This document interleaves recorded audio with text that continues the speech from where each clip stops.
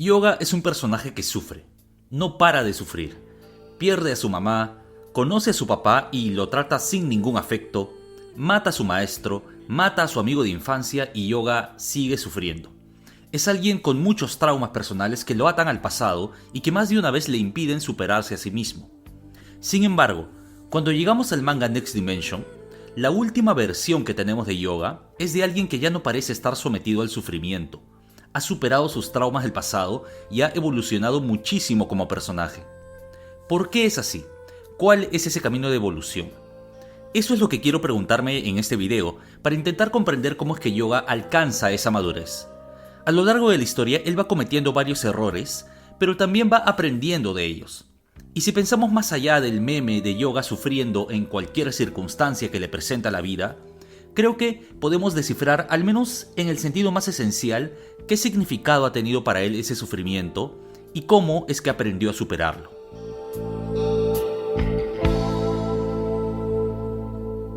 Comienzo haciendo una aclaración sobre el concepto de hibris, que me parece que es un concepto bien interesante para comprender lo que le está pasando a Yoga.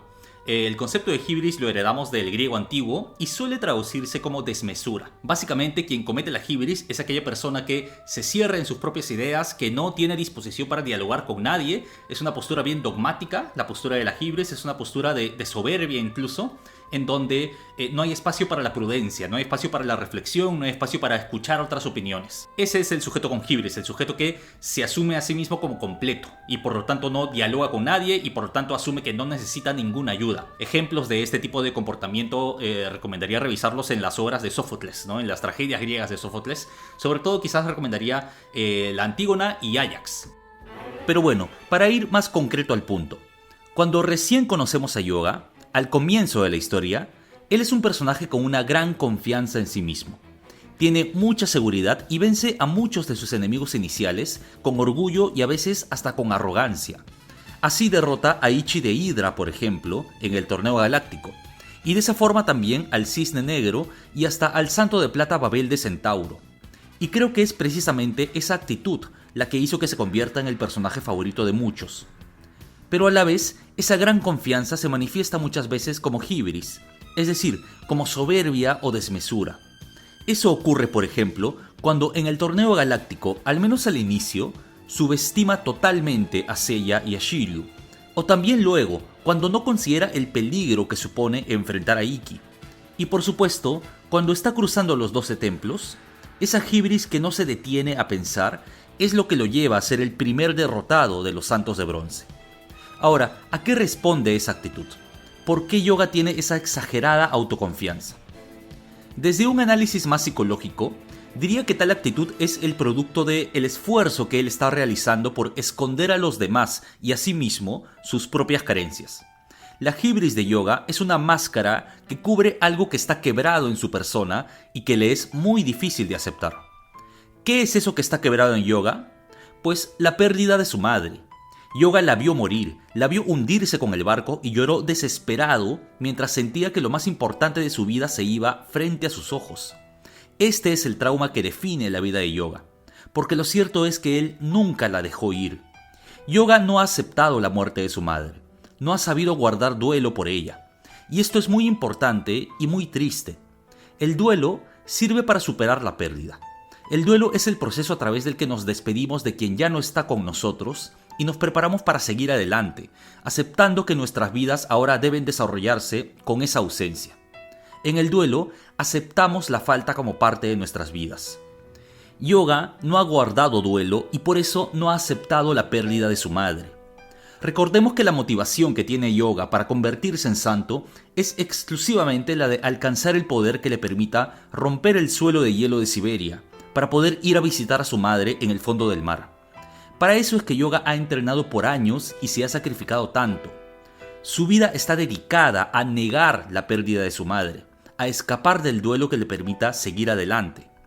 Por eso digo que Yoga se encuentra en una situación de hibris, porque él se asume falsamente como un sujeto autosuficiente, totalmente seguro y completo, cuando lo cierto es que no logra aceptar que ha perdido lo más importante de su vida. Así se entiende mejor por qué, cuando sufre los efectos del puño fantasma del Fénix, enfurece tanto, pierde toda la calma y le hace muy fácil a Ikki la tarea de derrotarlo. Yoga ve en esa ilusión precisamente aquello que no puede admitir. Ve a su madre muerta, descomponiéndose, ve lo que le es imposible aceptar. Y sobre todo, es por esa hibris que Yoga es el primero en caer en los 12 templos. Para enfrentar a los Santos de Oro, Seiya, Shiryu, Shun e Ikki deben admitir que son inferiores a sus enemigos y por eso necesitan estar listos para el sacrificio más extremo, para poder hacer el milagro de alcanzar el séptimo sentido. Pero Yoga no está listo para admitir su inferioridad. Él se lanza con total imprudencia contra el Santo de Géminis y termina siendo enviado a otra dimensión, para después sufrir el poder de su maestro Camus de Acuario.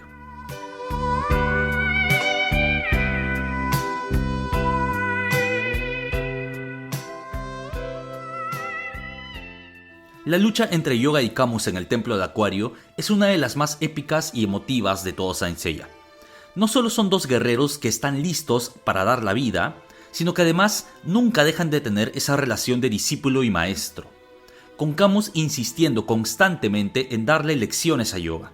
Mientras se enfrentan, le enseña qué es la verdadera congelación, lo evalúa sobre el concepto del cero absoluto, le guía paso a paso hacia el séptimo sentido.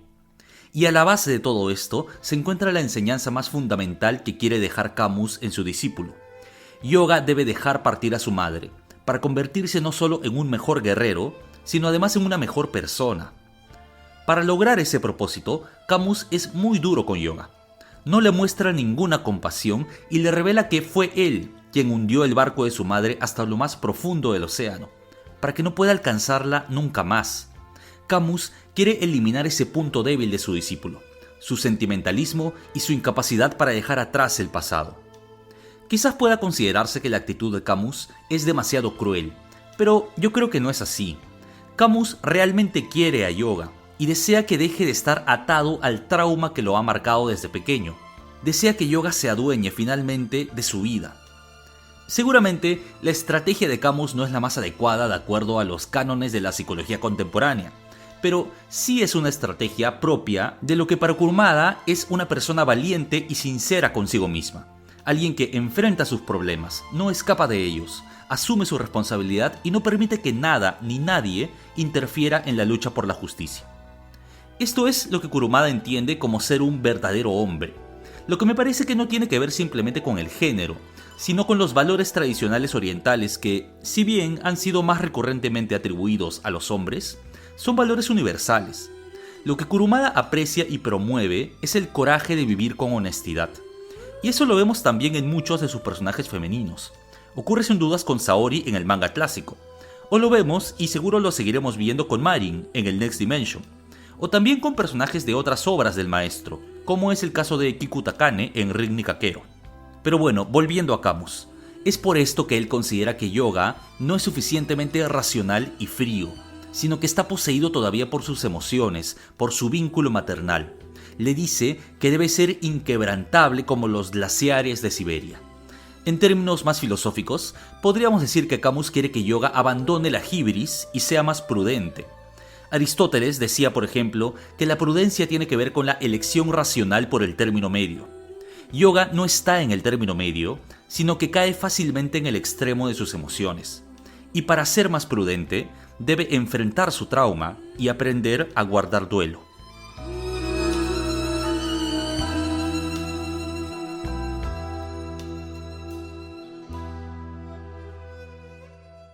A mí me da la impresión de que Yoga no llega realmente a asumir de forma sincera y profunda la enseñanza de Camus hasta su encuentro con Isaac, ¿no? Con Isaac de Kraken en la saga de Poseidón.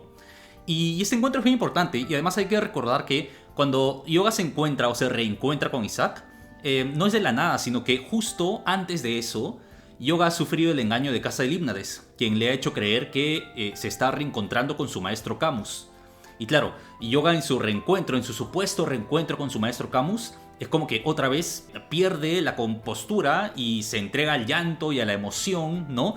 Y es como que se abre la herida en Yoga. Y está furioso consigo mismo cuando se da cuenta de que ha sido engañado. Y esa furia, esa emoción acumulada, luego va a ser bien importante para el reencuentro que tiene con Isaac. Y no es tan extraño que inicialmente Yoga esté a disposición de Isaac, totalmente entregado a su emoción, y le pide básicamente que lo mate, ¿no? Le pide que le saque el ojo, que le hiere el ojo, ¿no? Como recompensa por lo que le había pasado a Isaac. Pero lo que ocurre eventualmente en su lucha contra Isaac, como sabemos, es que Yoga pone por encima de todo su compromiso con Athena y su compromiso con Camus. Es decir, su compromiso con ser un santo que lucha por la justicia.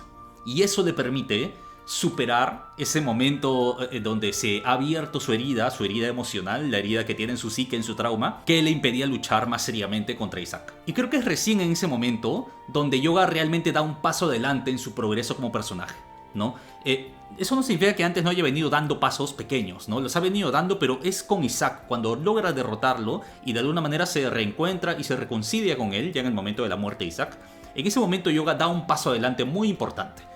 Antes Yoga ha venido aprendiendo también de sus hermanos bastante, ¿no? De Shiryu y de Seiya aprendió mucho, por ejemplo, en el torneo galáctico, donde vio que ellos dos tenían una gran disposición para darlo todo. O sea, Seiya y Shiryu son para Yoga dos personas al inicio incomprensibles porque no le dan ninguna importancia al orgullo. Es como que no están cargados en ningún sentido por la soberbia.